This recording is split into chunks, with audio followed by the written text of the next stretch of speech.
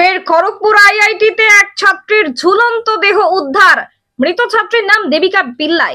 কেরালার বাসিন্দা ছিলেন দেবিকা। খড়গপুর আইআইটির বায়োটেকনিক্যাল অ্যান্ড বায়োকেমিক্যাল বিভাগের চতুর্থ বর্ষের ছাত্রী ছিলেন তিনি।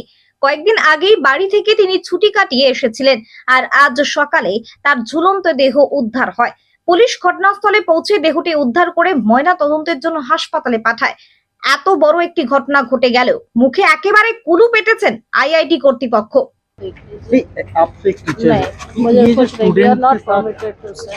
प्रेस रिलीज आया है पूरे डिटेल में, you please see that. Sorry ठीक है। আইআইটি কর্তৃপক্ষ মুখে কুলুপ আটলেও সকলকে একেবারে তুলোধনা করেছেন মেদিনীপুর সাংগঠনিক জেলা তৃণমূল কংগ্রেসের সভাপতি সুজয় হাজরা। এটা আত্মহত্যা নাকি মার্ডার, সেই নিয়ে প্রশ্ন তুলেছেন তিনি। अभी इंडियन इंस्टीट्यूट ऑफ टेक्नोलॉजी पूरे देश का सबसे अच्छी इंस्टीट्यूट जाना जाता है, लेकिन दुख की बात यही है कि आज आईआईटी का नाम हो गया मॉडर्न इंस्टीट्यूट ऑफ टेक्नोलॉजी। जिस तरीके से कुछ महीने पहले आप लोगों ने देखे थे कि फैजान अहमद का वहाँ पर मर्डर हुआ था, यही डायरेक्टर, यही इंस्टीट्यूट का जो अथॉरिटी है, ये क्या कहा था, बोले थे कि ये सुइसाइड है। लेकिन फैजान अहमद का जो फादर, उनका मदर, उनका गार्जियन, सब ने यही कहा था कि नहीं, मेरे बच्चे कभी सुइसाइड नहीं कर सकते, वो ये मर्डर है।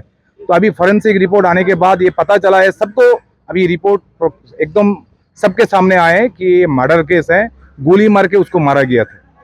आज भी एक हमारे स्टूडेंट हैं, वुमेन स्टूडेंट, वो आज भी सुइसाइड किए हैं, लेकिन ये अथॉरिटी कह रहे हैं सुइसाइड, लेकिन मेरे को यही लग रहा है कि अभी ये भी सुइसाइड नहीं है, ये भी मर्डर हो सकता है। इसलिए अभी इंस्टीट्यूट का नाम हो गया modern institute of technology Kharagpur.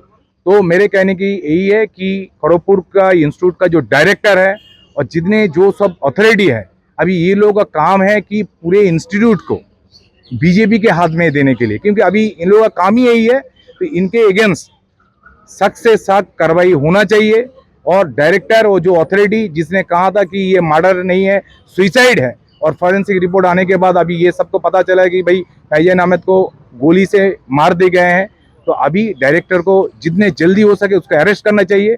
जो अथॉरिटी इसके खिलाफ काम किए थे, इन सबको अरेस्ट करके हमारे जो मांग है, इनके खिलाफ गवर्नमेंट के तरफ से कार्रवाई होना चाहिए और इनके साथ सख्त से सख्त सजा भी सुनाना चाहिए। তৃণমূল নেতা সুজয় হাজরা আক্রমণ করলেও ওই ছাত্রীর মৃত্যুর সঠিক কারণ ময়না তদন্তের পরে জানা যাবে বলে জানিয়েছেন জেলার বিজেপি নেতা শঙ্কর গুচ্ছাইত। খড়গপুর আইআইটির ঘটনা নিঃসন্দেহে অত্যন্ত মর্মান্তিক এবং দুঃখজনক ঘটনা।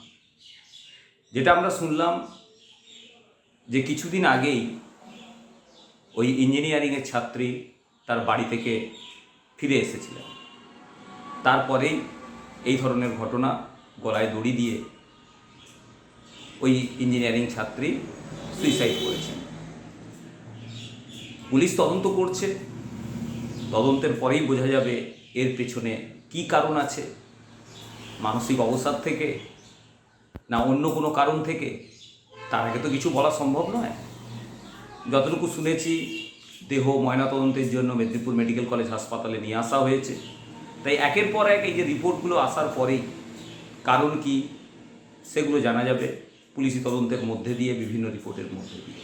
তারকেশ্বরের সর্বপ্রথম মডিউলার ওটি-যুক্ত hospital Tarakeswar Apollo multi speciality hospital. যোগাযোগ নাম্বার 03212276400 অথবা 9474147604।